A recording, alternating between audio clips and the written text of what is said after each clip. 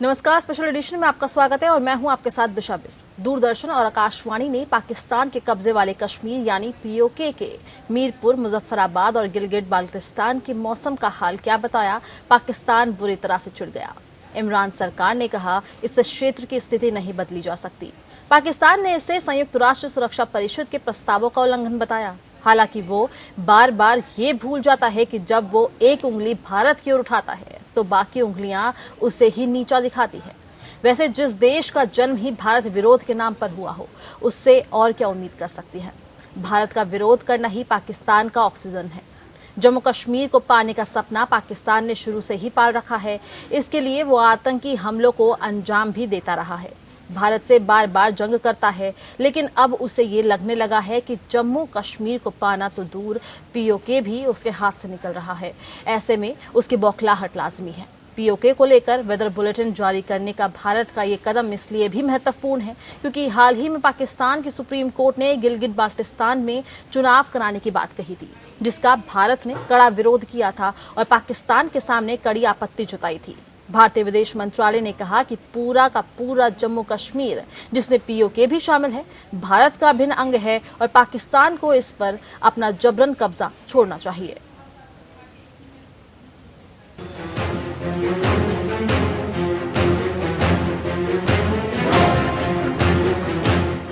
दूरदर्शन और आकाशवाणी ने prime time समाचार बुलेटिन में पीओके के इन क्षेत्रों के मौसम का हाल बताना शुरू कर दिया है। इससे तिलमिलाए पाकिस्तान के विदेश कार्यालय ने एक बयान में कहा कि भारत द्वारा पिछले साल जारी किए गए कथित राजनीतिक नक्शे की तरह ही उसका ये कदम भी निरर्थक है। पाकिस्तान की बौखलाहट ऐसे वक्त में सामने आई है जब देश में मौसम का पूर्वानुमान बताने वाली संस्था भारतीय मौसम विभाग ने जम्मू कश्मीर के अपने मौसम संबंधी सब डिवीजन का उल्लेख जम्मू कश्मीर, लद्दाख, गिलगित बाल्टिस्तान और मुजफ्फराबाद के रूप में करना शुरू कर दिया।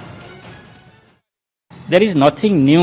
We have done nothing new in recent times. We have been issuing the forecast for these regions for a quite long time.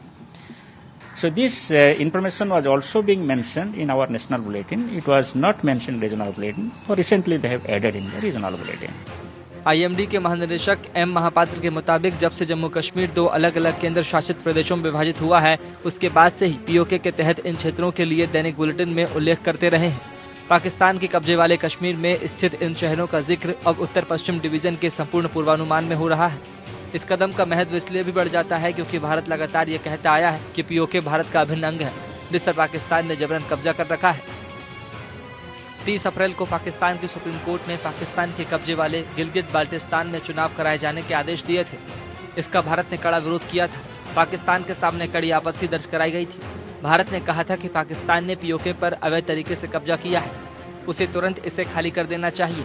भारतीय विदेश मंत्रालय ने कहा था कि पूरे जम्मू कश्मीर और लद्दाख के अलावा गिलगित बाल्टिस्तान भी भारत का अभिन्न हिस्सा है। भारत ने पाकिस्तान से कहा था कि भारतीय संसद से 1994 में पास एक प्रस्ताव में जम्मू कश्मीर पर स्थिति साफ है। विदेश मंत्रालय ने यह भी कहा कि पाकिस्तान के हालिया कदम केंद्र शासित प्रदेश जम्मू कश्मीर और लद्दाख के कुछ हिस्सों पर उसके अवैध कब्जे को छुपा नहीं सकते हैं और न ही इस पर पर्दा डाल सकते हैं कि पिछले 7 दशकों से इन क्षेत्रों में रहने वाले लोगों के मानवाधिकारों का उल्लंघन किया गया, शोषण किया गया और उन्हें स्वतंत्रता से वंचित रखा गया। Bureau report. तो भारत की ओर से मौसम बुलेटिन जारी किया गया था और इसके बाद पाकिस्तान के कब्जे वाले कश्मीर यानी पीओके के मीरपुर, मुजफ्फराबाद और गिलगिट बाल्टिस्तान के मौसम का क्या हाल बताया। पाकिस्तान इससे बुरी तरह चिढ़ गया। इमरान सरकार ने कहा कि इससे क्षेत्र की स्थिति नहीं बदली जा सकती है। पाकिस्तान ने इसे संयुक्त राष्ट्र सुरक्षा परिषद के प्रस्तावों का उल्लंघन भी बताया। हालांकि वो बार बार ये भूल जाता है कि जब वो एक उंगली भारत की ओर उठाता है तो बाकी उंगलियां उसी को नीचे दिखाती है। वैसे जिस देश का जन्म ही भारत विरोध के नाम पर हुआ हो, उससे और क्या उम्मीद की जा सकती है, क्योंकि भारत का विरोध करना ही पाकिस्तान का एकमात्र ऑक्सीजन है और जम्मू कश्मीर को पाने का सपना पाकिस्तान ने शुरू से ही पाल रखा है। इसके लिए वो आतंकी हमलों को भी अंजाम देता रहा है। भारत से बार बार जंग करता रहा है। हालांकि भारत से जंग करने के बाद बार बार उसे मुंह की ही खानी पड़ी है, लेकिन उसे ये अब लगने लगा है कि जम्मू कश्मीर को पाना तो दूर, पीओके भी उसके हाथ से अब धीरे धीरे निकलता ही जा रहा है और ऐसे में उसकी बौखलाहट लाजमी लाजमी हो गई है। पीओके को लेकर वेदर बुलेटिन जारी करने का भारत का ये कदम इसलिए भी महत्वपूर्ण है क्योंकि हाल ही में पाकिस्तान के सुप्रीम कोर्ट ने गिलगिट बाल्टिस्तान में चुनाव कराने को कहा था, जिसका भारत ने विरोध भी किया था और पाकिस्तान के सामने कड़ी आपत्ति जताई थी। भारतीय विदेश मंत्रालय ने कहा था कि पूरा का पूरा जम्मू कश्मीर, जिसमें पीओके भी शामिल है, भारत का अभिन्न अंग है और पाकिस्तान को इस पर अपना कब्जा जबरन छोड़ देना चाहिए। और पाकिस्तान हालांकि बार बार ये साजिश करता है कि वो पाकिस्तान भारत से जम्मू कश्मीर को छीन लेगा, लेकिन उसको ये बात समझ नहीं आती है कि भारत सरकार उसे कभी भी जम्मू कश्मीर नहीं लेने देगी। हालांकि पाकिस्तान को अब पीओके का भी डर है। दूरदर्शन और आकाशवाणी ने पाकिस्तान के कब्जे वाले कश्मीर यानी पीओके के मीरपुर, मुजफ्फराबाद और गिलगिट बाल्टिस्तान के मौसम का हाल बताया था, जिसके बाद पाकिस्तान बुरी तरह से चिढ़ गया और उन्होंने इसको कह दिया कि ये संयुक्त राष्ट्र सुरक्षा परिषद के प्रस्तावों का उल्लंघन है। हालांकि वो बार बार ये भी भूल जाता है कि वो एक उंगली अगर भारत की ओर उठाता है तो दूसरी बाकी चारों उंगलियां उसी की तरफ बैठ जाती है। और हमारे गेस्ट हमारे चर्चा के लिए हमारे साथ जुड़ चुके हैं। हमारे साथ कंवन सिब्बल साहब जुड़ चुके हैं। आप पूर्व विदेश सचिव हैं, आपका बहुत बहुत स्वागत है सर हमारे साथ जुड़ने के लिए। ब्रिगेडियर विनोद दत्ता हमारे साथ जुड़ चुके हैं, आप डिफेंस एक्सपर्ट हैं सर, आपका भी बहुत बहुत स्वागत है हमारे साथ जुड़ने के लिए। जितेंद्र कुमार जी हमारे साथ जुड़ चुके हैं, आप नेशनल सिक्योरिटी एक्सपर्ट हैं सर, आपका भी बहुत बहुत स्वागत है। हमारे साथ अजय कौल जी जुड़ चुके हैं, एपीएन एडिटर हैं सर, आपका भी बहुत बहुत स्वागत है। सर चर्चा को शुरू करेंगे, उससे पहले पहला सवाल मेरा कंवन जी सर से है। सर, भारत का ये फैसला इतना महत्वपूर्ण है, कैसे देखते हैं सर आप इसको?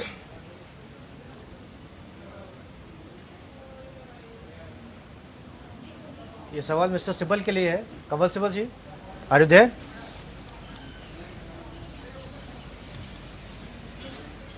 कंवल सिब्बल जी, आप सुन रहे हैं? लगता है हमारा संपर्क सही से नहीं हो पा रहा है। सवाल मैं जितेंद्र जी सर आपसे पूछना चाहूंगी, पिछले 6 दिनों से भारत ने सिलसिलेवार तरीके से पाकिस्तान को सबक सिखाया है। पहले आतंकवाद को लेकर आतंकवाद की कमर तोड़ दी है, उसके बाद अब पीओके से अवैध कब्जा हटाने की चेतावनी दी थी और अब गिलगिट बाल्टिस्तान और मुजफ्फराबाद का मौसम बुलेटिन भी निकाला है। सर, ऐसा माना जाए कि फाइनल एक्शन का वक्त आ गया है अब?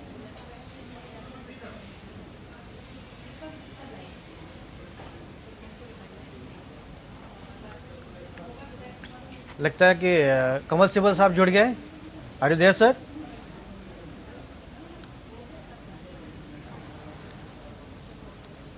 मिस्टर जितेंद्र कुमार, आपको आवाज आ रही है? अब आ रही है, अब आ रही है। अच्छा, सवाल ये है कि जो अभी गिलगित बाल्टिस्तान के बारे में जो अभी मौसम विभाग का जो डिसीजन है कि उनका भी प्रेडिक्शन करेंगे, फोरकास्ट करेंगे, आप कैसे देखते हैं ये डिसीजन गवर्नमेंट ऑफ इंडिया का? देखिए, हमारे भारत सरकार को हमेशा ये पोजीशन रही है कि पूरा जम्मू कश्मीर जो इंक्लूडिंग पाकिस्तान ने इलीगली कब्जा कर लिया वो हमारा हिस्सा है। तो इस हिसाब से तो ये उसी के दायरे में आता है, मगर इससे कोई ग्राउंड पे स्टेटस को में बदलाव नहीं आ रहा है। लेकिन पाकिस्तान में नेचुरली नर्वसनेस है, उनको लगता है कि उनका पूरा ऑक्यूपेशन इलीगल है और जो वो काम कर रहे हैं उस एरिया में, जिस तरीके से उन्होंने क्रश किया है गिलगिट और बल्टिस्तान में, उनके लोगों को उन्होंने कभी इंसान की तरह समझा ही नहीं। तो इस वजह से उनको थोड़ी सी नर्वसनेस हो रही है कि शायद इस वजह से वहाँ पे कुछ लोग बगावत करना न शुरू कर दे, वहाँ उनके खिलाफ आवाज उठाना शुरू हो जाए। वहाँ के एक सबसे बड़े आप देखें कि जो एक्टिविस्ट हैं बाबा जान, उनको उन्होंने गिरफ्तार करके रखा और जो भी एक्टिविस्ट है, जर्नलिस्ट है, उनको उन्होंने जबरदस्ती क्रश करके रखा। पॉपुलेशन वहाँ की 90% शिया पॉपुलेशन है, 60 शिया कहते हैं और एक और पर्शियन सेक्ट है, उसको फॉलो करने वाले लोग हैं। तो देखिए, पाकिस्तान ने उस एरिया को एक वाकई रियल स्टेट की तरह कब्जा करके रखा है। पहाड़ी और बहुत खूबसूरत एरिया है, कुछ हिस्सा उन्होंने चाइना को दे दिया था 1963 में। तो नेचुरली वो नर्वस है इस बात से और हमारी पॉलिसी शायद अभी तक बहुत डिफेंसिव रही है। तो ये एक सिंबॉलिक रूप में ही क्यों ना हो, ये थोड़ी ऑफेंसिव और रोबस्ट अप्रोच रहा है। मैं कुमार साहब यही पूछना चाहता था, आ रही है। मैं इनफैक्ट कुमार साहब यही पूछना चाहता था कि ये तो 94 से पोजीशन है कि हमारा पार्लियामेंट रेजोल्यूशन है कि ये PoK and Gilgit Baltistan are part of India, but it has remained on theory only, there has been no other thing. और ये जो मुझे लगता है it's more of symbolic rather than anything. आप कैसे देखते हैं इसको? Do you agree? नहीं, ये आज की तारीख में तो सिंबॉलिक ही है और मेरा मानना है कि जो पाकिस्तान, पहले भी किसी को मैंने कहा किसी और चैनल में कि पाकिस्तान को हमें रिजॉल्व करना पड़ेगा उसके जो इंटरनल कॉन्ट्रडिक्शन है। पाकिस्तान न तो एक प्रॉपर स्टेट है, न वहाँ प्रॉपर गवर्नमेंट है। तो वो अपनी गवर्नेंस की डेफिशिएंसीज को कवर अप करने के लिए कश्मीर को एकदम हाईलाइट किए जा रहे हैं पाकिस्तान में। तो वो उनको इस तरीके से प्रोपेगेंडा वैल्यू नहीं मिले। और दूसरी बात, क्योंकि हम एक रिस्पॉन्सिबल पावर है, बहुत रिस्पॉन्सिबल पावर इस रीजन में, तो हमारी थोड़ी जिम्मेदारी जरूर होती है कि कहीं पे भी ह्यूमन राइट्स का वायलेशन हो या लोगों की जो लेजिटिमेट एस्पिरेशंस हो वो क्रश की जा रही हो या डिस्क्रिमिनेशन हो, तो हमें खड़ा होना चाहिए उनके फेवर में। जी, मिस्टर सिबल जुड़ चुके हैं क्या? जी हमारे साथ जुड़ चुके हैं sir. Mister Sibal, welcome to. Thank you. Sir, question ये है कि ये जो मौसम विभाग का डिसीजन है कि वो फोरकास्ट करेंगे गिलगित बल्तिस्तान का भी and PoK and all that Muzaffarabad, तो how do you see? I see it as a symbolic, more of a symbolic move. How do you see it as I mean for? नहीं, symbolic तो है जी, लेकिन इसका महत्व भी है, पॉलिटिकल महत्व भी है, क्योंकि आगे तो हम नहीं कर रहे थे। तो अभी अगर हम कर रहे हैं तो पाकिस्तान भी सोचेगा क्यों कर रहे हैं, चीन भी सोचेगा क्यों कर रहे हैं। हम ज्यादा से ज्यादा जितना भी हो सकता है हम अपनी पोजीशन को क्लैरिफाई कर रहे हैं कि ये हिस्सा पाकिस्तान ने जो ऑक्यूपाई किया है ये हमारा हिस्सा है जी। और अब जब हम मीटियोलॉजिकल डेटा देते हैं तो इसको हम कवर करते हैं। तो देखिए, जब चीन अरुणाचल प्रदेश की अपने मैप्स में दिखाता है, उन्होंने नया एक डिजिटल मैप बनाया, उसमें अरुणाचल प्रदेश चीन का हिस्सा दिखा रहे हैं, तो ये भी सिंबॉलिक है। वो ऐसा तो है नहीं कि हमसे हमारे से छीन सकेंगे, लेकिन दबाव पड़ता है, प्रेशर पड़ता है। उनका जो क्लेम है वो अपना अलाइव रख रहे हैं, जबकि कोई उनके लिए उनकी कोई बेसिस नहीं है। लेकिन जो जम्मू एंड कश्मीर की रियासत थी वो सारी रियासत ही एक्सेप्शन इंडिया को हुआ था। यह अलग बात है कि पाकिस्तान ने, आप तो जानते ही हैं, उन्होंने इस पे कब्जा कर लिया, लेकिन है तो हमारा हिस्सा।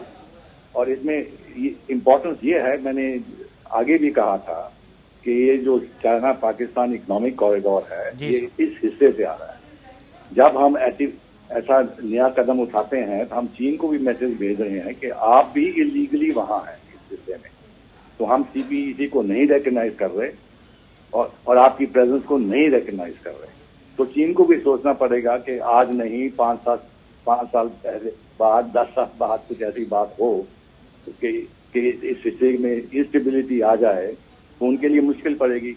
तो इनडायरेक्टली हम थोड़े जो लोकल लोग हैं उनको भी प्रोत्साहन कर रहे हैं जी कि भाई देखिए, हम आगे बढ़ने को तैयार हैं, तो आप भी वहाँ कुछ लोकल कीजिए, कुछ अपराइजिंग हो, कुछ सर ये सिबल साहब, ये जो आप कह रहे हैं कि लोकल लोगों को प्रोत्साहित करें, तो और क्या नेक्स्ट स्टेप्स हो सकते हैं? बिकॉज देयर आर डिमांड्स कि India should now physically capture PoK and Gilgit Baltistan. नहीं, वो तो देखिए, हाउ फिजिबल इज इट? ये थोड़ा सा इन बातों पे थोड़ी सी सोच समझ के कदम उठाने चाहिए।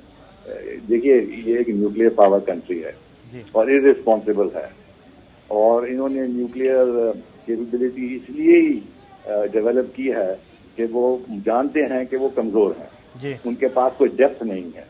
अगर हिंदुस्तान चाहे कन्वेंशनल तौर पे उनको शिकस्त कर सकता है, लेकिन उनके पास न्यूक्लियर वेपन्स हैं। अब उन्होंने टैक्टिकल न्यूक्लियर वेपन्स भी डेवलप कर रही हैं, तो इसलिए हमें बहुत सोच समझ के इस पे बात करनी होगी। ऐसा नहीं है कि हम अपनी मिलिट्री को भेज दें और कुछ नहीं हो रहा। और चीन भी है, और अगर CPEC उनके हाथ में से निकल जाए तो सारा ग्वादर वेस्ट हो गया और सारा जो उनका स्ट्रेटेजिक प्रोग्राम है वो रद्द हो गया, तो वो भी नहीं इसको होने देंगे। लेकिन हमें दबाव रखना चाहिए, जैसे वो हमारे जम्मू एंड कश्मीर में हमें तंग करते रहते हैं, और इंस्टेबिलिटी, वायलेंस, टेररिज्म, सो वहाँ पे लोकल कोशिश करना चाहिए। सो लोकल पॉपुलेशन को एनकरेज करने के लिए और इंडिया को क्या करना चाहिए एज पर योर सजेशन? भाई उनको आवाज देनी चाहिए, हमारे कुछ रेडियो प्रोग्राम हों, सोशल मीडिया के थ्रू हों, इंटरनेशनली जब ये कॉन्फ्रेंस मीटिंग होती हैं तो मैंने देखा है कि गिलगित बल्तिस्तान के लोग आगे आते हैं, बातें करते हैं। तो उनको मदद करनी चाहिए हर किस्म की, हमारे NGOs को करनी चाहिए, हमारे मीडिया को, वो करते नहीं है हमारे मीडिया को उनको जगह देनी चाहिए, उनके स्पोक्समैन को कुछ लिखें, आर्टिकल लिखें जो हमारी मेन स्ट्रीम प्रेस में आए, और फिर हमारे जो भी साधन है उससे हम देखें कि भाई ऑन ग्राउंड क्या हो रहा है। वहाँ शिया सुन्नी की बड़ी बड़ी बात है। तो इसलिए वो जो इनकी फ्रैक्चर है, रिलीजियस फ्रैक्चर है, सेक्टेरियन फ्रैक्चर है, उसको भी डीपन करना चाहिए जिस तरीके से भी हम कर सकते हैं। तो इस तरीके से हो सकता है ये सोचना कि हम आज कल या परसों कुछ इसको अपने इस हिस्से को अपने कब्जे में ला सकते हैं, ये तो अनरियलिस्टिक है। जी थैंक यू सर। जी सर, बिल्कुल। सर मैं लौटूंगी आपके पास। सवाल मेरा ब्रिगेडियर विनोद दत्ता सर आपसे है कि सर जिस तरह से सरकार हमारी काम कर रही है उससे लग रहा है कि बाल्टिस्तान, गिलगित बाल्टिस्तान हमारी सरकार जल्द ही वापस लेकर आ जाएगी, और होना भी चाहिए सर। हमारी भारत का टुकड़ा है, हमको वापस मिलना चाहिए। क्या कहेंगे सर इस पे आप? बिल्कुल ठीक बोला दिशा आपने, क्योंकि ये आप देखिए कि जो गिलगित बाल्टिस्तान है, जिसको पहले नॉर्दर्न एरियाज बोलते थे, वो करीब 7,300 स्क्वायर किलोमीटर का एरिया है, और उसमें 79% इलीगल। तो जो की जो स्लाइस है, वो मेजर उसका पोर्शन है, वो भारत का है। और आप अगर अपना मैप देखें तो मैप में आज से नहीं, जब से भारत आजाद हुआ है तब से हम अपना मैप पूरा जो मुकम्मल जम्मू कश्मीर है उसको हम दिखाते हैं जी। अभी हमने कश्मीर या लद्दाख रीजन या उसको अलग नहीं दिखाया है। तो पाकिस्तान की में जो सुगबुगाहट है या जो वहां डर बैठा है वो ये है कि जिस तरह से पहले पाकिस्तान छोटी हरकतें करता था तो भारत उसको नजरअंदाज कर देता था। पुलवामा इंसिडेंट के बाद भारत ने ये स्टैंड लिया है कि इस तरीके का कोई मिसएडवेंचर भारत एक्सेप्ट नहीं करेगा, और उसको पाकिस्तान को एक बिफिटिंग रिप्लाई दिया जाएगा। जी। आप ये देखिए जो गिलगित बाल्टिस्तान है उसमें आप ये देखिए जितना सरमाया पाकिस्तान ने लगाया है वो केवल अपने जो मेन लैंड है उसके लिए लगाया हुआ है। वहां कोई इंडस्ट्री नहीं है, वहां कोई एक आध कोई यूनिवर्सिटी को छोड़ के वहां कोई ना एजुकेशनल इंस्टीट्यूट्स है ना वहां कुछ है। वहां जितनी जो बिजली पैदा होती है या जो आपके खनिज पदार्थ हैं उन सबका जो शोषण है वो पाकिस्तान के लिए किया जाता है। आप फर्क देखिए, जो हमारा कश्मीर है और जो पीओके है, तो उसमें हमारे यहाँ तो देखिए मरकज से इतना इमदाद जाती है जम्मू कश्मीर को, उनके यहाँ उल्टा है। देखिए उन्होंने जो डेमोग्राफिक पैटर्न है उसको पूरा चेंज कर दिया है। वहां जैसे उन्होंने पहले जो ईस्ट पाकिस्तान में था वहां इस तरह से उन्होंने यही हरकत की थी, जिससे वहां की जो आवाम थी, जो पॉपुलेशन थी, उन पर अत्याचार किए गए, वहां लेडीज के साथ बदतमीजी की गई, जो वहां का इंटेलिजेंसिया था, जो जहनी लोग थे उनका संहार किया गया। तो वही चीज अब वो गिलगित बाल्टिस्तान में पाकिस्तान कर रहा है और उसको तारीख से ये सबक लेना चाहिए कि जिस तरह से उसने बट ब्रिगेडियर साहब मैं आपको यहाँ रोकना चाहूंगा। ये जो पाकिस्तान, ब्रिगेडियर साहब, क्या पाकिस्तान जो वहाँ पे human rights violation Gilgit Baltistan particularly कर रहा है, ये तो 7 डिकेड से कर रहा है। इनफैक्ट वहाँ पे इसलिए मीडिया, फ्री मीडिया नहीं है, और बिकॉज वहाँ पे people are resisting, I mean they want freedom from Pakistan occupation, which I learn for years, for decades rather. But Indian government has not been able to support them, maybe not giving, जैसे सिब्बल साहब अभी कह रहे थे, we have not been able to give voice to them और maybe helping their activist. तो आप इसको कैसे देखते हैं? बिल्कुल ठीक बात है, सिब्बल साहब का की बात से मैं सहमत हूँ कि हमको थोड़ा सा प्रोएक्टिव स्टैंड लेना चाहिए, क्योंकि देखिए जो वो मूलतः एक तरह से भारतीय हैं। अगर आप प्री पार्टीशन डेज पे जाएं, भारतीय है और डिसेंशन भी है, there is a separatist feeling. Yes, so हमें थोड़ा सा प्रोएक्टिव इसमें गवर्नमेंट को सोचना चाहिए कि हमारा जो फुटप्रिंट है, वो जो हमारी प्रेजेंस है वहां होना चाहिए, और जो डायस्पोरा वहां है उसकी पूरी हमें मदद करनी चाहिए, और हमें जो ह्यूमन राइट वायलेशंस वगैरह हैं उनको जो बैनुल अक़वामी प्लेटफॉर्म्स है वहां उनको ले आके हमें रखना चाहिए। तो मेरी गवर्नमेंट से यही दरखास्त रहेगी कि हमें थोड़ा सा प्रोएक्टिव होना चाहिए। देखिए आपने बालाकोट किया और उड़ी के बाद जो सर्जिकल स्ट्राइक्स, तो पाकिस्तान का जो नजर और नजरिया है वो दोनों बदली हो गए। पहले वो क्या करता था, अब जैसे न्यूक्लियर डिटरेंस की बात सिब्बल साहब ने की, बिल्कुल ठीक है, क्योंकि पाकिस्तान के पास कोई डेप्थ नहीं है। तो 1989 में जब जनरल असलम बेग थे, उन्होंने ऑफेंसिव डिफेंस का जो कॉन्सेप्ट था उसको अमल में लाया था, और उसके बाद ही ये थ्योरी हुई थी, इंडिया विद 1000 कट्स, क्योंकि उन्हें मालूम है कि एक डायरेक्ट कॉन्फ्लिक्ट में पाकिस्तान इंडिया का मुकाबला नहीं कर सकता। So can India at least give 100 cuts to Pakistan? Yeah, we in fact we should. देखिए, जब तक आपको उसी करेंसी में जवाब नहीं देते, तब तक उसे पता नहीं लगता। The moment you serve him, then Pakistan will.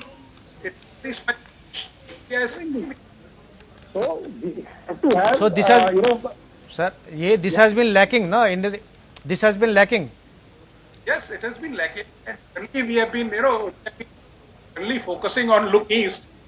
It's high time we must also, start looking and, show our eyes to the western front also. जी सर, मैं लौटूंगी आपके पास। सवाल मेरा जितेंद्र कुमार सर आपसे है कि प्रधानमंत्री नरेंद्र मोदी ने बोला था कि मोदी नाम है मेरा और हर भाषा में जवाब देना जानता हूं। आतंकवाद की कमर तो तोड़ दी है सर, और ये भी कहा गया था कि पीओके को भी वापस ले लेंगे। तो सर कैसे देखते हैं आप इसको? देखिए, मेरा मानना है कि हम यहाँ पे चूंकि एक रिस्पॉन्सिबल पावर है, हमारा मकसद होना चाहिए इस्लामिक रेडिकलिज्म, जिसको पाकिस्तान ने एक बिजनेस बना लिया है, उसको ध्वस्त करना है किसी भी तरीके से। और उसके लिए देखिए, जो कैपेसिटी है वो ओवरनाइट नहीं आती है। नेचुरली एक स्ट्रांग रिस्पॉन्स से उनको तो मैसेज जाएगा कि बहुत सारी चीजें जो पहले नॉर्मल थी अब नहीं हो सकती है। लेकिन हमारी स्ट्रैटेजी ये नहीं होनी चाहिए कि हम उनके लेवल पे आके उतर के उनको मारें। देखिए, पिछले 60-70 सालों से हम लोग बहुत ही irregular, diffuse, covert war face कर रहे हैं, और इस कवर्ड वॉर में साइकोलॉजिकल प्रोपेगेंडा क्या है या बहुत सारी चीजें हैं जो उसकी बहुत जरूरी हिस्सा है। मेरा मानना है इंडिपेंडेंट रिसर्च की वजह से कि पिछले जो 1960 में 70 में जो पाकिस्तान का फॉर्मेट था, वो फॉर्मेट बदल चुका है। अब वो एक बहुत मैसिव ग्लोबल क्राइम एम्पायर वो रन कर रहे हैं। और इस्लामिक रेडिकलिज्म किस लिए वो इस्तेमाल करते हैं? क्योंकि इस क्राइम एम्पायर के लिए उनको रिक्रूटमेंट मिलती है। वो लोगों को रिक्रूट कर सकते हैं कि अफगानिस्तान में देखिए, फॉर एग्जाम्पल, जैसे उन्होंने तालिबान को लाया, क्यों? ड्रग के जरिए लाया। इस तरीके के स्ट्रेटेजिक एसेट्स वो लेके आके अपना फ्लरिश कर रहे हैं। वजह क्या है? उनके स्टेट को भी, जैसे ब्रिगेडियर साहब ने कहा, मैं इनसे थोड़ा सा असहमत हूं। उनके स्टेट का स्ट्रक्चर, हमारा स्ट्रक्चर अलग है। हम उनको उनकी भाषा में जवाब देके उनके लेवल पे बिल्कुल नहीं उतरना चाहते। हम मजबूत पावर हैं, हम अपनी जनता के लिए रिस्पॉन्सिबल हैं। पाकिस्तान की जो साधारण जनता है उसको हमसे खतरा नहीं है, उनको अपने ही रूलिंग एस्टेब्लिशमेंट का खतरा है। तो हमारे लिए बहुत जरूरी है कि पाकिस्तान की ये चीजें जो है हम उसको एक्सपोज करें वहां पे, और साइमल्टेनियसली हम जो है, जो प्रधानमंत्री का विजन है उसको फॉलो अप करने के लिए जबरदस्त इंस्टीट्यूशनल कैपेसिटी बिल्ड करें। इंक्लूडिंग सिविल साहब से भी मैं ये करूंगा कि डिप्लोमेटिक कैपेसिटी हमारी इतनी मजबूत होनी चाहिए कि हम उसको साबित करें कि हर तरीके से एक क्राइम और रोक स्टेट है, वो भारत के लिए नहीं पूरी दुनिया के लिए खतरा है। और पूरी दुनिया के लिए जरूरी है कि वहां ये जो दुकान जो है टेररिज्म की और रेडिकलिज्म की और ये सारी चीजें चल रही है उसको बंद किया जाए। और मैं ये पॉइंट और चाहूंगा कि सिर्फ डिप्लोमेसी तभी और इफेक्टिव हो सकती है जब भीतर में गवर्नेंस स्ट्रक्चर हमारे मजबूत होंगे। देखिए, सवाल पाकिस्तान का नहीं है। राष्ट्रीय सुरक्षा का मतलब यह है कि आपके सारे इंस्टीट्यूशन इतने मजबूत हों कि जो भी इस किस्म का खतरा आता है आप कम से कम एनर्जी खर्च करके आप इसको टैकल कर लें। जो न्यूक्लियर पावर बनने की बात है पाकिस्तान की, जो आप कह रही हैं, देखिए हम बड़े पावर थे, बिल्कुल हमसे गलती हुई। जितेंद्र कुमार जी, पावर बनने नहीं देना चाहिए था। जितेंद्र कुमार जी, क्योंकि अब हो गया है। हाँ, बताइए। ये जो आप कह रहे हैं कि हमको कम से कम खर्चे में ज़्यादा से ज़्यादा इम्पैक्ट करना चाहिए, मेरा सवाल फिर से आपको ये है कि वहाँ पे एक सपोज बारूद बिछा हुआ है, शियाज वहाँ पे जो गिलगित बल्तिस्तान में है, they are against Pakistan, it's a uprising in waiting, which India has not been, my feeling that India has not been able to, fuel properly or not ever, done anything on that. वो तो बारूद वहाँ पे बिछा है, India has to only help them. नहीं, देखिए वहाँ पे जो पॉपुलेशन है, एक्चुअल पॉपुलेशन बहुत कम है, एरिया बहुत अधिक है, पहाड़ी एरिया है और बहुत ही स्पार्सली पॉपुलेटेड एरिया है। पिछले 10, 12, 15 सालों में उन्होंने क्या काम किया है जो मीडिया में नहीं आया है और हमारे कुछ मित्र वगैरह बताते रहे हैं कि उन्होंने काफी पंजाबी सुन्नी मुसलमानों को ले जाके वहां पे सेटल कर दिया है। और चूंकि वहाँ के लोग बहुत कम पढ़े लिखे हैं, उसमें से कुछ लोगों को उनका जो नॉर्मल तरीका है उसको प्रॉप अप करते रहे हैं। और जो भी लोग वहाँ यूनाइट होने की कोशिश करते हैं, छोटा सोशल मीडिया के जरिए यूनाइट होकर कुछ करने की कोशिश करते हैं, उसको वो संग संग उनके रिंग लीडर को कोई लॉ, कोई कानून कुछ नहीं है। सर जब मैं इंडियन स्ट्रैटेजी की बात कर रहा हूँ, I am dating it back to maybe 48, not 48 पे नहीं जाया जाए, क्योंकि वो बीत चुका है, तो उस पर समय नहीं खर्च किया जाए। अभी से हमें सोचने की जरूरत है, क्योंकि अभी 10 साल में जो है इतना आसान इसलिए नहीं है कि लोकल लोग डरे हुए हैं। और वहां पर भी उन्होंने क्या काम किया है कि मिलिट्री बैक लोगों को वो लेके आए हैं। दूसरा, जैसे आपके पैनलिस्ट कर रहे हैं कि वहां के जो भी मिनरल रिसोर्सेज हैं वो सीपेक के जरिए चाइनीज फायदा कर रहे हैं और यहाँ पंजाबी मुसलमान ये फायदा कर रहे हैं। वहां के लोगों को तो वो अपने ही जमीन में वो धीरे धीरे आउट नंबर हो चुके हैं, आउट नंबर हो रहे हैं, और उसके बाद वो कॉलोनाइज हो चुके हैं। तो वो जो है इतना आसान नहीं हुआ कि हम जाएंगे और वहां लोग फौरन आ जाएंगे, क्योंकि डरे हुए लोग हैं और पॉपुलेशन बहुत कम है। हमें जो है पाकिस्तान को गिलगित बल्तिस्तान टोटल ये का एक होना चाहिए, लेकिन पाकिस्तान का जैसे मेरा मानना है कि भारत को अपनी पूरी स्ट्रैटेजी रिव्यू करके पाकिस्तान का और उसकी जो भी ये चीजें चल रही है उसका पुरजोर जो है जवाब देना चाहिए। और उसमें पाकिस्तान की जनता जो है वो हमारे साथ होनी चाहिए, सिर्फ गिलगित बल्तिस्तान का नहीं। पाकिस्तान में नेशनलिज्म का बढ़ना हमारे लिए ठीक नहीं है, तो हमें कोई ऐसा काम नहीं करना चाहिए कि पाकिस्तान में यूनाइट हो और नेशनलिज्म अगर बढ़े। लेकिन having said that, Gilgit Baltistan में वहां के लोकल लोग पूरी तरीके से क्रश किए जा चुके हैं और अपने जमीन में वो सेकंड गार्ड भी नहीं, थर्ड ग्रेड सिटीजन बन चुके हैं जी। और जी। पूरा जो सिपेक का प्रोजेक्ट है वो चाइनीज और पंजाबी मुसलमानों के दरमियान है। प्लीज।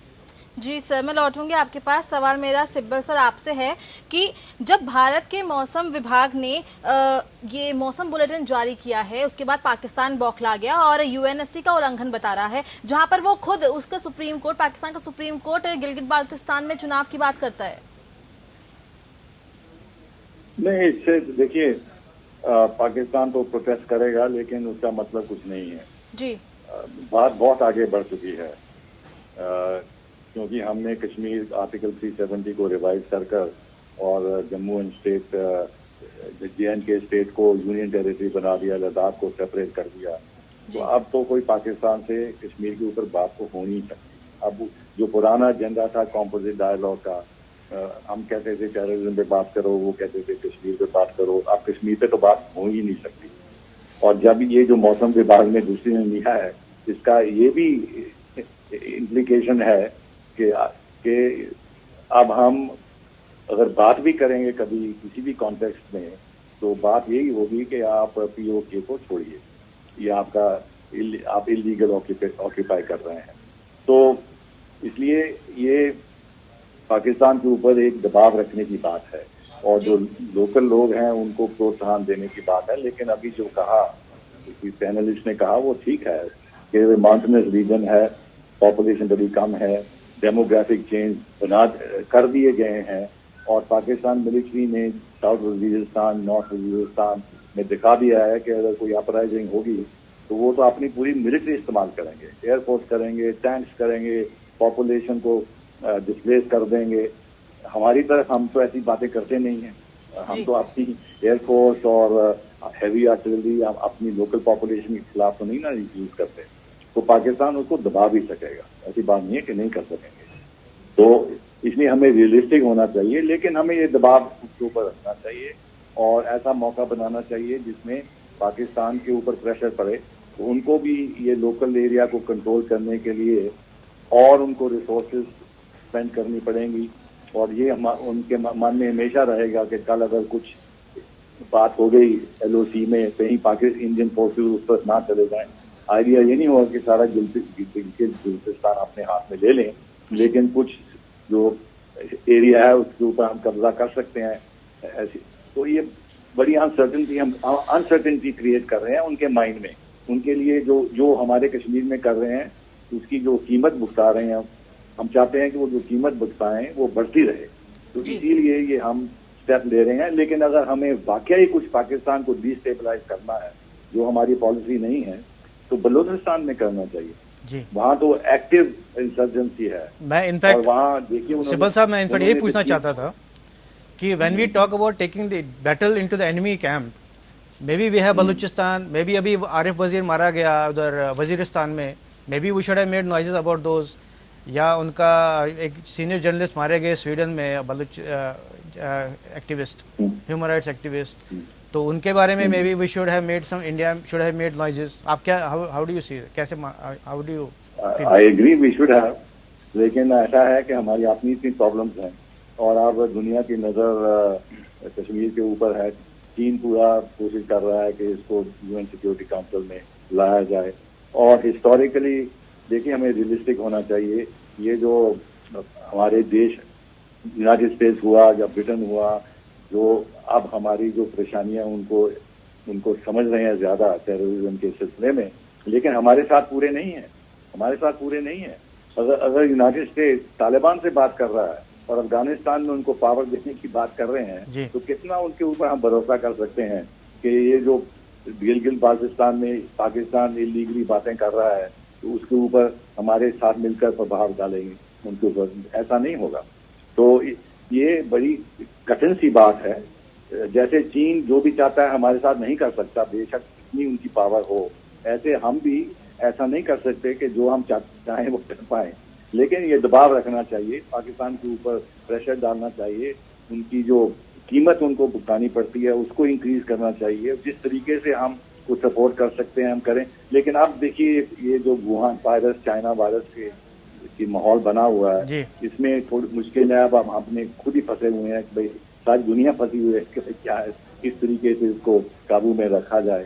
तो इस समय तो बहुत इतनी पॉसिबिलिटीज नहीं है, लेकिन डाउन द लाइन जैसे भी हमारी ताकत बढ़ेगी तो हमारे पास तरीके हैं कि हम रिटेलिएट करें। अब अभी तक आप देखें, जब हमने रिटेलिएट किया है cross the line of control, तो हमने या तो बालाकोट में किया, जहाँ पीओके ने किया, जिसको वो आजाद कश्मीर कहते हैं, लेकिन गिलगित बाल्टिस्तान में हमने नहीं किया।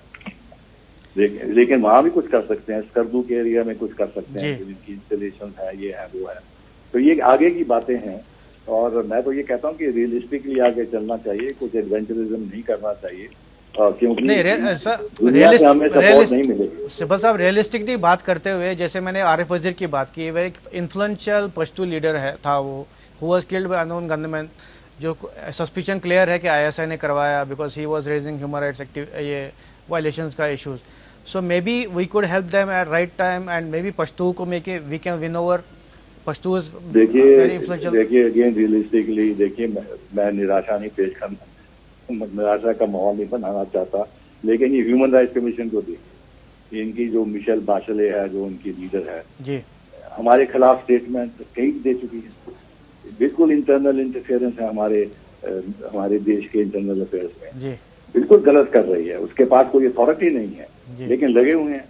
और यूएन सेक्रेटरी जनरल भी बकवास, सॉरी फॉर द लैंग्वेज, वो भी बकवास कर रहा है। अगर वो वहाँ sir sorry to interrupt, because I think because वहाँ पे पाकिस्तानी जो मैकेनिज्म है, प्रोपेगेंडा मशीनरी है, दे आर वेरी इफेक्टिव, और because they convince people, I think they are more aggressive और असर्टिव।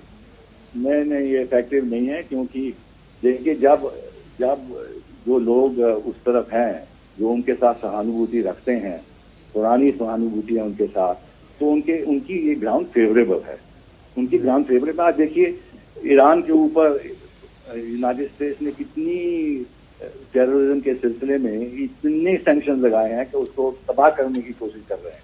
रूस के ऊपर सैंक्शन लगा दिए, जाके पाकिस्तान ने हजारों अमेरिकन सोल्जर्स को मारा, तब भी उसको टेररिज्म स्टेट नहीं डिक्लेयर करते। तालिबान को टेररिज्म, सर बिकॉज इनकी जरूरत है ना अफगानिस्तान में, they need them. Pakistan has made itself so important in Afghanistan. ये तो कहने की बात है ना, नीड देम। अगर उनको वाकई दबाव करते और कुछ कर सकते थे, लेकिन नहीं करते, क्योंकि वो भी बैलेंस करना चाहते हैं। ये जो देश है ना, इनके ऊपर हम पूरा भरोसा नहीं कर सकते। जितना हम फायदा उठाएं हमें उठाना चाहिए, जितने रिश्ते निकट करने की कोशिश करने चाहिए, लेकिन मन में हमेशा रहना चाहिए कि ये कोई परमानेंट दोस्त नहीं है। ये भी बैलेंस करेंगे, इंडिया और पाकिस्तान को बैलेंस करेंगे, क्योंकि उनको भी मालूम है कि 200 मिलियन पॉपुलेशन है मुसलमानों की पाकिस्तान में, और ये न्यूक्लियर देश है, और इनके रिश्ते मिडिल ईस्ट के साथ इम्पोर्टेंट हैं, तो इसलिए इतनी जल्दी इनको छोड़ेंगे नहीं।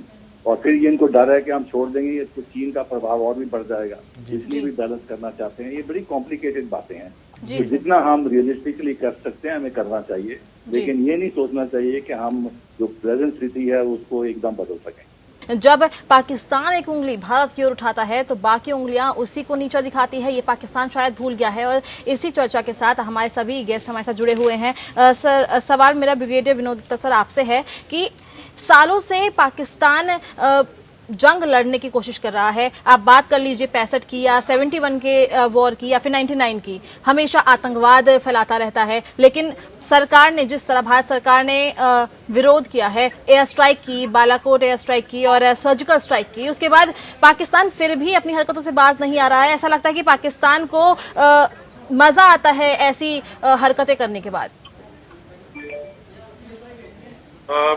दिशा जी सर, मैं आपसे कहता हूँ, देखिए जो 47 में जब विभाजन हुआ जी, तब जो एक्चुअल जो सीज फायर लाइन थी वो करीब 830 किलोमीटर की थी, जो चिनाब के वेस्ट से होती हुई एनजे 9842 तक जाती है, क्योंकि उससे आगे सियाचिन का एरिया शुरू हो जाता था। तो क्योंकि वहां कोई ट्रुप्स नहीं थी तो उसको सीज फायर लाइन मान लिया गया, क्योंकि पाकिस्तान की नीयत इस तरह उस पर क्वेश्चन मार्क लगा हुआ था कि उन्होंने सन 48 में अभी आजाद हुए 48 के भारतीय जो बॉर्डर से जो जम्मू एंड कश्मीर का राज्य था उस पर हमला बोल दिया, और उसमें जो कबीले थे उनको, जो अपनी आर्मी थी उनको गुजर और बकरवाल या कबीलियाई जो उसकी जो मिलिशिया थी उसके रूप में अटैक कराया गया। और उसके बाद सन 48 में ही एक जॉइंट कमीशन बैठा जिसमें जनरल नजीर अहमद, ब्रिगेडियर शेर खां और जनरल काउथन वो थे, और हमारे यहाँ से जनरल श्री नागेश और अपने general Thimayya, brigadier Sam Manekshaw and major Sinha. सवाल मेरा अजय कौल जी आपसे है कि सरकार द्वारा जो कार्रवाई की जाती है आतंकवाद को लेकर, कितना सही है, कितना पाकिस्तान उससे सीख लेगा, क्योंकि पाकिस्तान सुधरने का नाम तो ले नहीं रहा है। पाकिस्तान सुधरेगा नहीं, ऐसे नहीं सुधरेगा, बट एटलीस्ट ये है कि over some years, last few years, जैसे India has become more assertive कि ये जो मतलब this is a basically needling Pakistan, ये जो आपका फोरकास्ट मुजफ्फराबाद में और गिलगित बल्तिस्तान में हम करेंगे, it is kind of needling. But ये है कि जैसे पुलवामा के बाद हमारे पैनलिस्ट भी कह रहे थे, सिब्बल साहब वगैरह कह रहे थे कि पुलवामा के बाद स्ट्रेटजी चेंज हो गई है and now we are more assertive. जैसे Balakot, it was never thought कि अर्लियर कि India will on its own एक बार अटैक करेंगे या एक carry out an operation inside, deep inside Pakistan. That was LOC पे maybe we have done some skirmishes और maybe 1 or 2 surgical strikes earlier, but deep inside Pakistan ये पहली बार हुआ after maybe 71 war. 71 war में भी in fact India का it was not prompted by India, it was war खुल गया था, उसके बाद इंडियन प्लेन्स वेंट। सो असर्टिवनेस है इंडियन गवर्नमेंट में लेटली, बट इसमें यह है कि Pakistan will keep provoking and how much you will assert and how much आप कितने स्टेप्स लेते रहोगे इन असर्टिवनेस। अगर सपोज जैसे मोर इंसिडेंट्स होंगे, मोर जैसे सीज फायर वायलेशंस LOC पे रेगुलर होते हैं हर रोज़, पुंछ में, कुपवारा में और मेंढर, राजौरी में हर रोज़ होते हैं। So they keep doing it, they keep inciting India. So आपका ये है कि आप when will you take steps and what kind of steps you will take, वो एक देखने वाली चीज़ है। How much you can go. I mean क्या एक बालाकोट हुआ, अब उसके बाद क्या है, एक और बालाकोट, मतलब सर्जिकल स्ट्राइक हुआ उरी के बाद, तो देन दे डिड पुलवामा। तो सो ये है कि it's a continuing battle. I mean जब तक पाकिस्तान, मेरे हिसाब से जब तक पाकिस्तान यूनाइटेड है, न्यूक्लियर बॉम्ब है उनके पास, then they will keep needling. उनका जो स्ट्रेटजी है ब्लीड इंडिया टू 1000 cuts, वो तो they will keep needling India, I mean trying to irritate India and needle India. जी सर, मैं लौटना चाहूंगी ब्रिगेडियर विनोद दत्ता सर आपके पास। आपसे सर मैंने सवाल पूछा था कि पाकिस्तान अपनी हरकतों से बाज नहीं आता है, चाहे एयर स्ट्राइक हो, सर्जिकल स्ट्राइक हो, उसके बाद भी लगातार वो आतंकवाद को भारत में भेजने की कोशिश करता है। कैसे सर इसका जवाब दिया जाएगा, कैसे पाकिस्तान वापस अपनी हरकतों से बाज आएगा? साहब ने अभी बताया था, मैं उनसे बिल्कुल सहमत हूँ कि हमें भी ऑफेंसिव डिफेंस की जो पॉलिसी है उसको अपनाना चाहिए। मेरे हिसाब से जैसे ये वेदर रिपोर्ट या IMD जो दे रहे हैं, ये बड़े छोटे स्टेप्स है या बड़े छोटे मेजर्स है। जी, हमें सब, हमारे पास सारी इंफॉर्मेशन है कि कितने टेररिस्ट कैंप हैं, कितने उनके लॉन्च पैड्स हैं, कितने उनके आतंकवादी वेट कर रहे हैं। अभी जैसे दर्रे खुल चुके हैं, सारे पासेस खुल चुके हैं या खुल रहे हैं। तो जब हमारे पास ये इंफॉर्मेशन है, हमारे पास जब इस तरह का असला है, इस तरह की टेक्नोलॉजी है कि हम बॉर्डर बिना क्रॉस किए उनको एंगेज कर सकते हैं, हमारे पास स्मार्ट एमिनेशन है, हमारे पास प्रिसीशन एमिनेशन है, तो हमें बजाय किसी इनपुट या किसी इंस्टिगेशन का इंतजार करते हुए हमें सीधे स्ट्राइक करना चाहिए।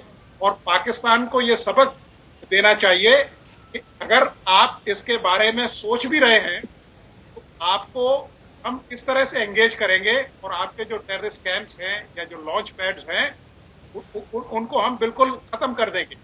तो इस तरह की जो टेक्नोलॉजी है हमें उसका फायदा उठाना चाहिए और उस पाकिस्तान को एंगेज करना चाहिए, जिससे जो टेररिज्म है उसकी कमर टूट जाए।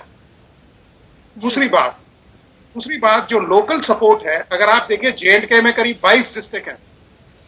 22 डिस्ट्रिक्ट्स में केवल 5 ऐसे डिस्ट्रिक्ट्स हैं जिसमें लोगों का थोड़ा बहुत झुकाव सेपरेटिस्ट है। ज्यादातर आवाम में अमन वो चाहती है कि वो शांत रहे। तो उन लोगों को करना चाहिए के पास इस तरह सारे इंफॉर्मेशन है, ये स्टेप्स है कि जैसे है उनको नजर रखी गई है, जो एक्शंस है वो अच्छी तरह से उन पर नजर रखी गई है और उनको जी बताया गया है कि आप तो जो एक्शन है उनको बदलिए, आपको सलाखों के पीछे कर दिया जाएगा। हमें थोड़ा सा इसमें और प्रोएक्टिव रहना है। देखिए, पाकिस्तान ये जानता है कि निजाम बदलना तो चाहता हूं, उन पर मेरे बस की बात। बिल्कुल सर। तो तो पाकिस्तान में आदमी जब कमजोर होता है तो फिर कोई ऐसी हरकतों पे उतर आता है। और जैसे जितेंद्र साहब ने कहा था और सिब्बल साहब ने भी बताया, हम बड़े अपने नेशन डेफिनेशन दुनिया को हम देते हैं और जो हमारा नजर है और नजरिया है वो ये है कि हम किसी छोटी हरकत में नहीं इन्वॉल्व करना चाहते और पाकिस्तान को काफी मैसेज दे दिए गए हैं। अब उनको भी इस तरह की वो भारत एक्सेप्ट नहीं, और उनके मन में डर बैठा हुआ है कि इस तरह के जो हैं या इस तरह के जो ट्रांस बॉर्डर एक्शन हैं वो लिए जा सकते हैं और लिए जाएंगे अगर जरूरत पड़ी। जी सर, बिल्कुल सर, मैं लौटूंगी आपके पास। सवाल मेरा जितेंद्र कुमार सर आपसे है कि पाकिस्तान इतना कमजोर है कि हमेशा कश्मीर के मुद्दे पर तीसरे देश को लेकर आ जाता है, लेकिन उसको ये समझ नहीं आता है कि भारत जब ये चीज बोल रहा है कि हमें किसी तीसरे की यहाँ पे जरूरत नहीं है, तो क्यों वो बार बार कश्मीर पर धौंस जमाता है? देखिए, पाकिस्तान में जो सरकार है, मैंने कहा उसके पास कोई लेजिटिमेसी एज सच है नहीं। वो कुछ लोगों का कॉकस है जो सरकार चला रही है और उनको लगता है कि जब वो नेशनलिज्म को इस्तेमाल करेंगे तो पूरी जनता का सपोर्ट उन्हें मिल जाएगा। क्योंकि देखिए, न तो वहां पे कभी कोई लैंड रिफॉर्म हुआ, न कब देखिए कि पिछले प्रधानमंत्रियों की क्या दुर्दशा है, कोई जेल में है, कोई कहीं है, किसी के बेटे को अगवा कर लिया जाता है। जो वहां पे एक मिलिट्री जो है वो बनी हुई है और उसको अपनी रेलेवेंस बनाए रखने में पॉलिटिक्स में हिंदुस्तान के साथ कॉन्फ्रंटेशन पेंट करना ही करना है। उनको बार बार अपनी जनता को डराते हैं कि देखो हमें हिंदुस्तान से खतरा है, और हिंदुस्तान से खतरा दिखाने के बाद जो है वो समाज में अपना वर्चस्व बनाए हुए हैं। अगर ये नहीं हो तो पाकिस्तान की आम जनता, वहां पे मत जाइए गिलगित बल्तिस्तान में, ये संभव है कि पंजाब के कुछ हिस्से को छोड़ के सारी जगह वहां बगावत हो सकती है। तो पाकिस्तान का मकसद यही है। देखिए, वो उसे कश्मीर नहीं चाहिए, उसको पता है वो नहीं ले सकता है। उसका एकमात्र मकसद क्या है? भारत को हरास करते रहना। एक लो कॉस्ट प्रॉक्सी वॉर वो लड़ रहा है, उसमें खर्चा उसका कुछ नहीं होता है। उसके पास जितने भूखे नंगे उसके नौजवान हैं उनको भेज देता है कि चले जाओ वहां जाके मरो, और मरने के बाद सीधे जन्नत जाओगे और हुरे तुम्हारे इंतजार में बैठी हुई है। लोगों को मालूम नहीं है, वो उसमें आ रहे हैं। लेकिन हमें इस बात का ध्यान रखना है कि कोई भी वॉर हमारी टेरिटरी पे नहीं आए। जैसे ब्रिगेडियर साहब ने कहा, नहीं, प्रोवोकेशन हो या नहीं हो, उनके धरती पे जो भी चीज एंटी इंडिया है या किसी के खिलाफ है, उसको हमें ध्वस्त करना चाहिए। देखिए, एक और शब्द मैं कहूंगा कि जो वॉर पाकिस्तान लड़ रहा है उसको हम कहते हैं कि ये एक जहरीला तालाब उन्होंने बना रखा है, जिसमें बहुत सारे मच्छर, खतरनाक किस्म के बड़ी साइज के मच्छर मान लीजिए आपके पास आ रहे हैं, आके कर रहे हैं। जब वो आपकी धरती पे आ रहे हैं तो आप कितने मच्छरों को मारिएगा? उससे बात नहीं बनेगी। आपको उस तालाब को ही सुखा देना है, ध्वस्त कर देना है जहां पे ये जहरीला मच्छर बन रहा है। और उसके लिए मैं दूसरे पैनल से थोड़ा सा डिफर करूंगा। हमें पाकिस्तान को एक नॉर्मल कन्वेंशनल स्टेट के रूप में नहीं देखना है, हमें पाकिस्तान को एक कॉकस के रूप में देखना है और उसी हिसाब से हमारी स्ट्रेटजी होनी चाहिए। अफगानिस्तान में देख लीजिए कि उन्होंने क्या किया कि प्रॉक्सी वॉर के जरिए अमेरिका जैसे बड़े देश को, उनके लोगों का यह मानना है कि उन्होंने अमेरिका को घुटने टिकवा दिया और अमेरिका मजबूर हुआ उनसे बातचीत करने के लिए, और बातचीत करने के बाद जा रहा है। तो ये देखिए कि दुश्मन कितना छोटा हो जब वो छुप के वॉर करता है, डिसेप्शन के साथ वॉर करता है, और वो नॉर्मल मिलिट्री कन्वेंशनल स्ट्रेटजी के बजाय ह्यूमन एसेट्स को इस्तेमाल करता है, सिविलियन एसेट्स को इस्तेमाल करता है, तो वो बात अलग हो जाती है।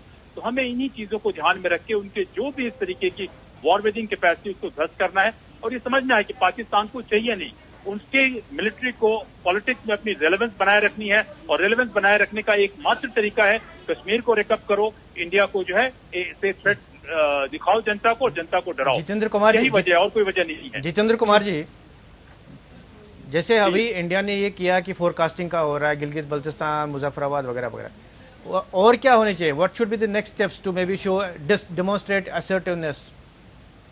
देखिए, ये जो है एक लेवल पे इसका एक साइकोलॉजिकल इम्पैक्ट है कि साइकोलॉजिकल प्रेशर बन रहा है। दूसरा इम्पैक्ट, जैसे हम लोगों ने अभी बातचीत की कि जो भी वहां पे बेसेस हैं जिससे दिक्कत है, डायरेक्ट इनडायरेक्ट जो भी तरीका, देखिए सरकार के पास 50 तरीके होते हैं, उनके ज्यादा इंफॉर्मेशन होती है, वो जानते हैं, लेकिन जो भी तरीका है उस तरीके को इस्तेमाल करना चाहिए। क्योंकि जो पाकिस्तान के भीतर की पॉलिटिकल डायनेमिक्स है, उसकी जीडीपी कम हो, कुछ भी क्यों ना हो, आर्म फोर्सेस के नंबर कम हो, वो कभी भी शांति में हिंदुस्तान के साथ रह नहीं सकते हैं। सब कुछ होने के बावजूद देखिए जो वॉर उनका कवर्ड वॉर चल रहा है, उस वॉर में उनका खर्चा कम हो रहा है और उनका अपना पर्पस बढ़ रहा है। तो हमारे पास जो भी तरीका हो, हमारी स्ट्रेटजी ये होनी चाहिए कि गिलगित बल्तिस्तान ही नहीं, पूरे जगह जो पाकिस्तान की जो कॉकस है, जो ये क्राइम सेंट्रिक रेजीम है, उसको पूरी तरीके से एक्सपोज करने की जरूरत है। और वही नहीं, पूरे दुनिया भर में हमें उनको एक्सपोज करने की जरूरत है। देखिए, कहीं पे भी आतंकवादी ये हो, हमला हो, उससे पाकिस्तान इन्वॉल्व है, चाहे वो वेस्ट एशिया में हो, सऊदी अरबिया तक के लोग पाकिस्तान को ट्रस्ट नहीं करते, यूरोप में हो, अमेरिका में हो, तो एक डिप्लोमेटिकली या इंटरनेशनली भी उनको हर जगह टैकल करने की जरूरत है। और साथ में हमें अपने देश के भीतर जो है जितनी गवर्नेंस इंस्टीट्यूशंस है, उनकी इंटेग्रिटी और उनकी एफिशिएंसी हमें बहुत अधिक बढ़ाने की जरूरत है। क्यों? क्योंकि हमारे धरती पर, चाहे वो कश्मीर हो या चाहे कोई भी पार्ट क्यों ना हो, उनको जरा भी स्पेस नहीं मिलना चाहिए आने के लिए, और जरा भी स्पेस नहीं मिलना चाहिए हमारी जनता को, कोई किसी तबके के क्यों ना हो, उनको सबवर्ट करने के लिए। तो हमारी यही तीन स्ट्रैटेजी होनी चाहिए। पाकिस्तान को उनके घर में, गिलगित बल्तिस्तान सारी जगह एंगेज कीजिए, दुनिया भर में उनको कंटेन करने की कोशिश कीजिए, और अपनी धरती पे बनाइए। और एक एंड गेम, एक एंड स्ट्रैटेजी क्या होनी चाहिए वो हमारे दिमाग में क्लियर होनी चाहिए। क्यों? क्योंकि ये 60-70 साल से झगड़ा चले आ रहा है, 90,000 लोग उनके बताइए प्रिजनर ऑफ वॉर हुए, बुरी शिकस्त खाई, उसके बाद भी वो मानने वाले नहीं है। तो ये हम सोचे कि एक दिन उनका दिल बदल जाएगा, वो मान जाएंगे, ये होना नहीं है कभी भी। इसलिए हमारे पास एकदम क्लियर और फोकस स्ट्रैटेजी होनी चाहिए इसको, इस समस्या को परमानेंटली खत्म करने के लिए। Thank you. न्यूक्लियर पावर है तो क्या हुआ, कोई और तरीका इस्तेमाल कीजिए। सिब्बल साहब, हाँ जी, जैसे मिस्टर जितेंद्र कुमार कह रहे हैं कि पाकिस्तान को कंटेन करना चाहिए एट द ग्लोबल लेवल, आप क्या मानते हैं? How should it be done? देखिए, कोशिश तो हम कर रहे हैं। टेररिज्म का मुद्दा हमने उठाया है, प्रधानमंत्री मोदी जी ने आवाज कम आ रही है सर। आवाज आ रही है कि ठीक है? आप ठीक है, आप ठीक है। देखिए, प्रधानमंत्री मोदी जी ने टेररिज्म के ऊपर बहुत फोकस किया है, और इतनी स्टेटमेंट्स दी हैं, और इसमें प्रोग्रेस भी हुई है। अगर आप जॉइंट स्टेटमेंट देखें यूएसए के साथ, फ्रांस के साथ, और देशों के साथ, जापान के साथ, तो बड़े स्पष्ट रूप पे पाकिस्तान की कड़ी निंदा की हुई है। और जो ऑर्गेनाइजेशन वहाँ हैं, एलईटी, जेईएम, जो भी हो, सबका जिक्र हुआ है। हिजबुल मुजाहिदीन का भी जिक्र हुआ है, उसको भी टेररिस्ट ऑर्गेनाइजेशन डिक्लेयर कर दिया गया है। अब FATF जो है, फाइनेंशियल एक्शन टास्क फोर्स, उसके अंतर्गत पाकिस्तान के ऊपर बहुत प्रेशर है जी और पाकिस्तान को ये फिक्र है कि कहीं वो ब्लैक लिस्ट ना हो जाए, क्योंकि अगर हो गए तो फिर उनकी जो इकोनॉमिक कंडीशन है उस पर और धक्का पड़ेगा। उन्होंने तो ऑलरेडी स्ट्रेटेजी चेंज कर दी सर, उन्होंने तो ऑलरेडी स्ट्रेटेजी चेंज कर दी, एलईटी को रीनेम कर दिया रेजिस्टेंस फ्रंट। नहीं, उससे क्या है, सब जानते हैं कि ये नाम बदलते रहते हैं और उससे कोई फर्क नहीं पड़ता, उनको जानते हैं। लेकिन हमें एक, हमारी पॉलिसी में एक बहुत कमी है जी सर, और जी कमी तो है लेकिन इसका हल इतना आसान नहीं है। वो कमी ये है कि हम चारों दिशा पे दौड़ते हैं कि भाई पाकिस्तान टेररिज्म कर रहा है, ये कर रहा है, वो कर रहा है, तो इसको हम टेररिस्ट स्टेट क्यों नहीं डिक्लेयर करते जी?